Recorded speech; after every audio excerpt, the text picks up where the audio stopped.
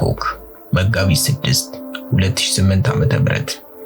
የታይላንድ መዲና እንደ ወትሮው በርጥበትና በሙቀት ተውጣለች። የከተማዋ አየር በቅመማ ቅመም ሽታ፣ በትናንሽ ታክሲዎች ጩኸትና በሚሊዮን በሚቆጠሩ ሰዎች ትርምስ የተሞላ ነው። ነገር ግን ከዚህ የከተማ ሁከትና ግርግር ተነጥሎ በሲሎም መንገድ ላይ በሚገኘው ግዙፍና ቅንጡ ሶፊቴል ሲሎም ሆቴል ውስጥ ጊዜው የቆመ ይመስላል።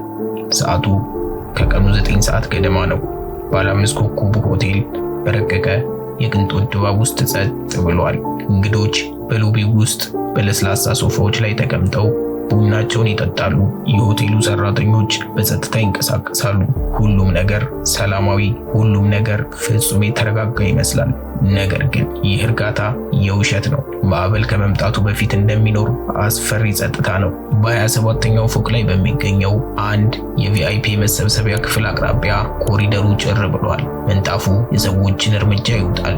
ነገር ግን ግድግዳዎቹ የአየር ማስተላለፊያ ቱቦዎችና የጽዳት ሰራተኞች ጋሪዎች ሳይቀሩ ዓይንና ጆሮ አላቸው። ሆቴሉ ከጥቂት ሰዓታት በፊት በአሜሪካ የጸረ አደንዛዥ ዕፅ DEA ልዩ ወኪሎችና በታይላንድ ልዩ ኃይል ወይም ኮማንዶዎች በድብቅ ተወሯል። ወኪሎቹ የሆቴሉ አስተናጋጅ፣ የቱሪስትና የጽዳት ሰራተኛ ልብስ ለብሰዋል። በወገባቸው ላይ ሽጉጦችን ደብቀዋል። በጆሮቻቸው ላይ ስውር የመገናኛ ሬዲዮኖች አሉ። ልባቸው በኃይል ይመታል፣ ነገር ግን ፊታቸው ምንም አይናገርም። ለዓመታት ሲያሳድዱት የነበረው አውሬ፣ የዓለማችን አደገኛ ሰው አሁን ወደ ወጥመዱ እየገባ ነው። ሊፍቱ ተከፈተ። አንድ ረጅም ግርማ ሞገስ ያለው የሩሲያ የጦር መኮንን ቁመና ያለው ሰው ወጣ። አረንጓዴ የፖሎ ቲሸርት እና ካኪ ሱሪ ለብሷል። ወፍራም ፂሙ ፊቱን ይበልጥ ቆራጥ አድርጎ አሳይቶታል። አይኖቹ ቀዝቃዛና ሁሉንም ነገር የሚጠራጠሩ ናቸው። ቪክቶር ቡቶ፣ የሞት ነጋዴው፣ ለሁለት አስርት ዓመታት ያህል የተባበሩት መንግስታትን ማዕቀብ የጣሰ የዓለምን የስለላ ድርጅቶች አጃጃለ እና በአፍሪካና በእስያ ለሚደረጉ ደም አፋሳሽ ጦርነቶች ነዳጅ አቀበለ ሰው። አሁን ግን ልክ እንደ ተራ ቱሪስት ኮሪደሩን አቋርጦ ወደ መሰብሰቢያ ክፍሉ እያመራ ነው። አብሮት ያለው ሰው አንድሪው ስሙሊያን ይባላል። የድሮ ጓደኛውና የንግድ አጋሩ። ቪክቶር ስሙሊያንን ያምነዋል። ነገር ግን ስሙሊያን አስቀድሞ ተላልፎ እንደተሰጠ ይህን ጉዞ ያቀነባበሩት የአሜሪካ DEA ወኪሎች እንደሆኑና ቪክቶርን ወደ ገደል እየመራው እንደሆነ አያውቅም። ቪክቶር በሩን ከፈተና ገባ። በውስጥ ሁለት ሰዎች ይጠብቁታል። ቆዳቸው ጠይም ነው። ገጽታቸው የጫካ ተዋጊ ይመስላሉ። ራሳቸውን የኮሎምቢያ አማጽያን ቡድን FARC አዛዦች ብለው አስተዋውቀዋል። ቪክቶር ወንበር ስቦ ተቀመጠ። ጠረጴዛው ላይ ውድ ውሃና የፍራፍሬ ሳህን ቀርቧል። ጨዋታው ተጀመረ። ይህ ስብሰባ ስለ ሰላም አይደለም፣ ስለ ንግድ እንጂ። ንግዱ ደግሞ ሞት ነው። ስለ በሚሊዮን የሚቆጠር ዶላር የሚያወጡ ዘመናዊ ሚሳኤሎች፣ የአሜሪካን ሄሊኮፕተሮች ከሰማይ አሽቀንጥረው የሚጥሉ መሳሪያዎችን። ቪክቶር ዘና ብሏል። እጁን እያወራጨ በስሜት ስለ ሎጂስቲክ፣ ስለ አውሮፕላን ማረፊያዎችና ስለ አቅርቦት መስመሮች ያብራራል። ለሱ ይህ ሌላ ቀን፣ ሌላ ገንዘብ ነው። ከግድግዳው በስተጀርባ ግን በሌላ ክፍል ውስጥ ሆነው በስውር ካሜራ የሚከታተሉት ወኪሎች ተንፋሻቸውን ዋጡ። እያንዳንዱ ቃል ማስረጃ ነው። እያንዳንዱ የጭንቅላት ንቅናቄ የፍርድ ቤት ውሳኔ ነው።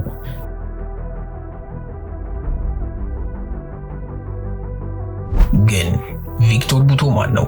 ዓለም ሁሉ እስኪንቀጠቀጥ ድረስ ስሙ የገነነው ሆሊውድ በህይወቱ ላይ ሎርድ ኦፍ ዋር የሚል ፊልም እስኪሰራለት ድረስ ታሪኩ የተወሳሰበው ይህ ሰው እንዴት ተፈጠረ? ይህን ለመመለስ ከባንኮክ ሆቴል ወጥተን ጊዜን ወደ ኋላ መመለስ አለብን፣ ወደ ቀዝቃዛው የሶቪየት ዘመን። ቪክቶር አናቶሊየቪች ቡት የተወለደው በአውሮፓውያን አቆጣጠር በ1967 አሁን ታጂኪስታን በምትባለው ዱሻንቤ ከተማ ነው። እናቱ ሂሳብ አዋቂ፣ አባቱ የመኪና መካኒክ ነበሩ። ልጅነቱ እንደ ማንኛውም የሶቪየት ህብረት ልጅ ነበር። ነገር ግን ቪክቶር ልዩ ተሰጥኦ ነበረው። ቋንቋ። ገና በልጅነቱ ቃላትን የመቅረጽ እና የመረዳት አስማት ነበረው። ይህ ተሰጥኦ ወደ ሞስኮ ወታደራዊ የውጭ ቋንቋዎች ኢንስቲትዩት ወሰደው። እዚያም ፖርቹጋልኛ፣ እንግሊዝኛ፣ ፈረንሳይኛ፣ አረብኛና ፋርሲን አቀላጥፎ መናገርን ተማረ። ብዙዎች እንደሚሉት እዚያ የቋንቋ ትምህርት ብቻ አልነበረም የቀሰመው፣ ሶቪየት ወታደራዊ ስለላ ድርጅት GRU ስልጠናንም ወስዷል። ወጣቱ ቪክቶር በአንጎላና በሞዛምቢክ በተባበሩት መንግስታት ተልዕኮ ስር እንደ አስተርጓሚ ሰርቷል። ነገር ግን በ1991 ዓመተ ምህረት ዓለም ተገለበጠች። ታላቋ የሶቪየት ህብረት ፈራረሰች። የበርሊን ግንብ ወደቀ። ግዙፉ የኮሚኒስት ስርዓት ተንኮታኮተ። በስተጀርባው የፈጠረው ክፍተት ግን አስፈሪ ነበር። ስርዓት ጠፋ፣ ህግ ላላ። ከሁሉ በላይ ደግሞ ግዙፍ የጦር መሳሪያ ክምችት ባለቤት አልባ ሆነ። በዩክሬንና በሩሲያ በሚገኙ የተረሱ የአውሮፕላን ማረፊያዎች ውስጥ በመቶዎች የሚቆጠሩ አንቶኖቭ እና ኢሊዩሽን የጭነት አውሮፕላኖች በረዶ እየወረደባቸው ቆመው ነበር። አብራሪዎቹ የሚበሉት አጥተው የነዳጅ ማጠራቀሚያዎቹ ደርቀው ነበር። ቪክቶር ቡቶ ይህንን ሲያይ የብረት ክምር አላየም፣ የወደፊቱን የንግድ ኢምፓየር እንጂ። በዘመኑ በነበረው አለመረጋጋት ተጠቅመው እነዚህን ግዙፍ አውሮፕላኖች በአህያ ዋጋ ገዛቸው፣ አንዳንዶቹን $120,000 ብቻ።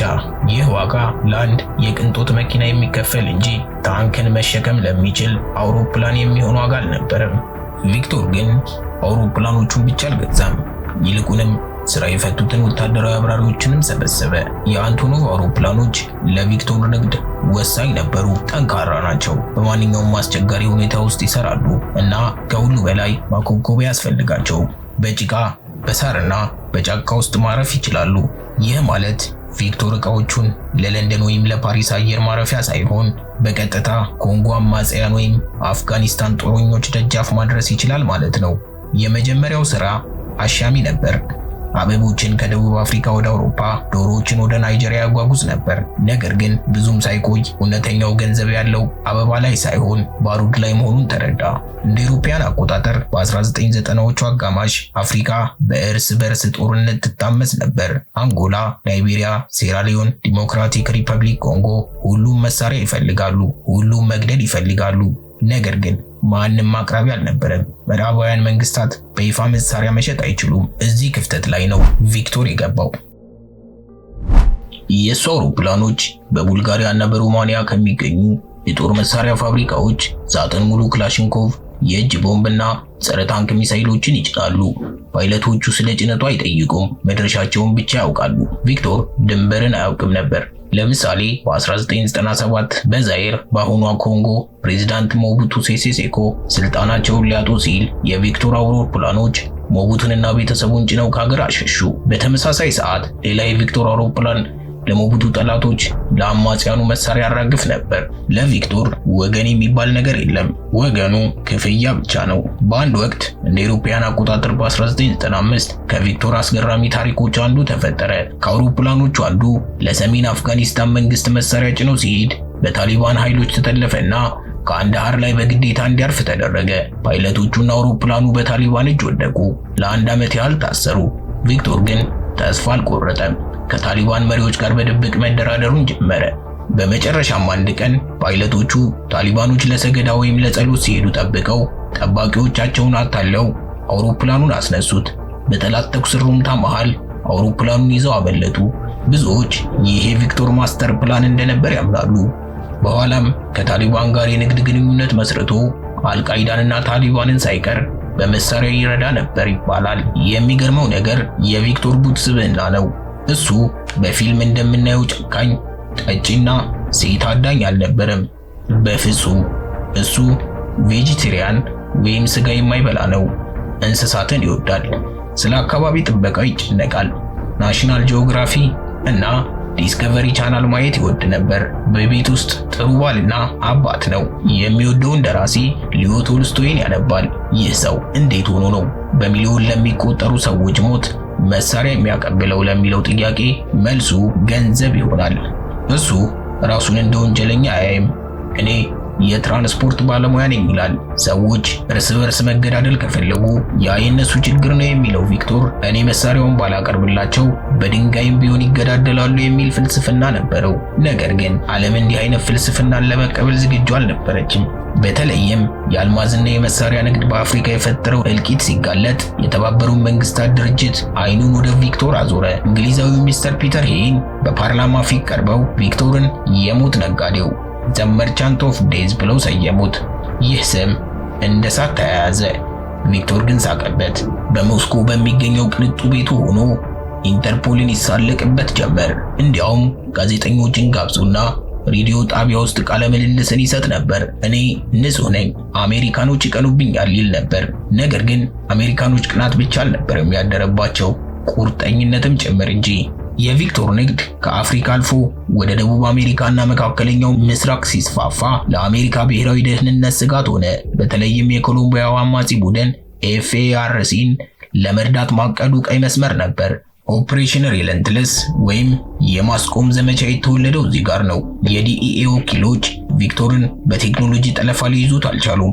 ምክንያቱም እሱ ስልክ አይጠቀምም፣ ኢሜይል አይልክም፣ መልእክት የሚያስተላልፈው በሰዎች በኩል ብቻ ነው። ስለዚህ ወኪሎቹ እቅዳቸውን ቀየሩ። ወደ ጓደኛው ወደ አንድሪው ስሙሊያን ተጠጉ። ስሙሊያን የድሮ ቢዝነስ አጋሩ ነው። የደቡብ አሜሪካ ደንበኞች ነን ብለው ቀረቡት። በሚሊዮን ዶላር አታለሉት። ስሙሊያን ይህንን ወርቃማ ዕድል ለቪክቶር ነገረው። ቪክቶር መጀመሪያ ጠረጠረ። ወደ ደቡብ አሜሪካ አልመጣምም አለ። አውሮፓም አልሄድም አለ። ስብሰባው በገለልተኛ መሆን እንዳለበት ተስማሙ። ባንኮክ ታይላንድ ተመረጠች። ቪክቶር እዚያ ደህንነት ይሰማው ነበር። ሩሲያውያን በብዛት ይሄዳሉ፣ ፖሊሶችም በጉቦ ይደለላሉ ብሎ አስቦ ነበር። ይህ ትልቅ ስህተቱ ነበር። ወደ ባንኮክ ክፍል እንመለስ። ውይይቱ ወደ መጨረሻው ምዕራፍ ደርሷል። አንዱ ወኪል የኤፍኤአርሲ አማጽያን መሪ መስሎ እነዚህ ሚሳኤሎች የምንፈልገው የአሜሪካን አውሮፕላኖች ለመጣል ነው አለው። ቪክቶር ፈገግ አለ። አይኖቹ ውስጥ የበቀል ስሜት ብልጭ አለ። አዎ አለ ቪክቶር በረጋ ድምፅ።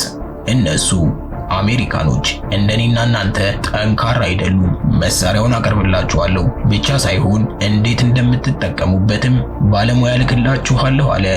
ይህች አረፍተ ነገር የመጨረሻዋ ሚስማር ነበረች። ወኪሉ እጁን ወደ ጠረጴዛው አስጠጋና ስውር ምልክት ሰጠ። በቅጽበት የሆቴሉ ኮሪደር በጫማ ኮቴ ተሞላ። የክፍሉ በር በኃይል የተሰነጠቀ። ፖሊስ እንዳትንቀሳቀስ እጅ ወደ ላይ አለ። ግርግሩ አይጣል ነበር። የታይላንድ ኮማንዶዎች መሳሪያቸውን ደግነው ገቡ። አሜሪካዊው ዋና ወኪል ቶም ፓስካሬሎ በሩን አልፎ ሲገባ የቪክቶር አይኖች ላይ ድንጋጤ ሳይሆን ከፍተኛ ንዴትና የሽንፈት ስሜት አነበበ። የቪክቶር ያ ሁሉ ኃይል፣ ያ ሁሉ ብልሃት፣ ያ ሁሉ የአየር ላይ ግዛት በአንዲት ትንሽ የሆቴል ክፍል ውስጥ ተንኮታኮተ። አልተቃወመም። እጆቹን ወደ ላይ አነሳ። ወኪሎቹ ፈትሸው ካቴናውን ሲያስገቡበት ቪክቶር ወደ ደንበኞቹ ተመለከተ። ወኪሎች መሆናቸውንም አወቀ። የክህደት ስሜት ፊቱ ላይ ይነበብ ነበር። ጠላቶቼ ናቸው አለ በሩሲያኛ። ከዚያም ወደ እንግሊዝኛ ቀይሮ ያንን ታሪካዊ ቃል ተናገረ። ዘ ጌም ኢዝ ኦቨር። ጨዋታው ተጠናቀቀ።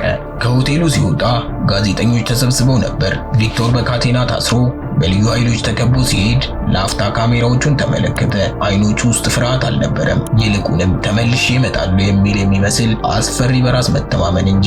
የሚቀጥሉት ዓመታት ለቪክቶር ቀላል አልነበሩም። የታይላንድ እስር ቤት ሲኦል ነበር። ሩሲያ እሱን ለማስለቀቅ ከፍተኛ ዲፕሎማሲያዊና ድብቅ ጫና አደረገች። አሜሪካ በበኩሏ አጥብቃ ያዘች። በመጨረሻም አሜሪካ አሸነፈች። እንደ አውሮፓውያን አቆጣጠር ህዳር 2010 ቪክቶር ልዩ ጄት ተመድቦለት ወደ ኒውዮርክ ተወሰደ። ፍርድ ቤቱ በሰዎች ተሞልቶ ነበር። ዳኛው የ25 ዓመት እስራት ሲፈርድበት ቪክቶር ጮኸ፣ እኔ ንጹህ ነኝ፣ ይህ የፖለቲካ ሴራ ነው አለ።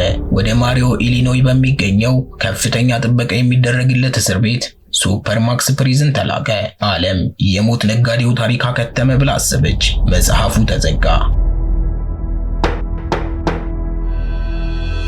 ነገር ግን ታሪክ እንግዳ ነው። ከ12 ዓመታት በኋላ የሩሲያና አሜሪካ ግንኙነት እንደገና ሲሻከር የቪክቶር ስም እንደገና ተነሳ።